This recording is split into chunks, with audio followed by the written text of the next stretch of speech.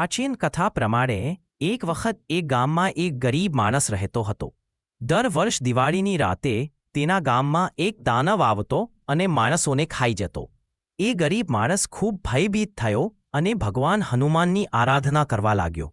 હનુમાનજી તેના સ્વપ્નમાં આવ્યા અને કહ્યું, કાળી ચૂડસની રાત્રે હું કાળીના રૂપમાં તારા ઘરની બહાર આવીશ, તું ડરતો નહીં. દીવો બુજાવી દે અને અંદરથી દ્વાર બંધ રાખજે.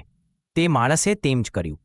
રાત્રે એક ભયાનક અવાજ આવ્યો, પણ સવારે લોકો જોયું કે તે દાનવ મરી ગયો છે. ત્યારથી લોકો આ રાત્રે કાળીમાં અને હનુમાનજીની પૂજા કરવા લાગ્યા, દુષ્ટ શક્તિઓથી રક્ષા માટે.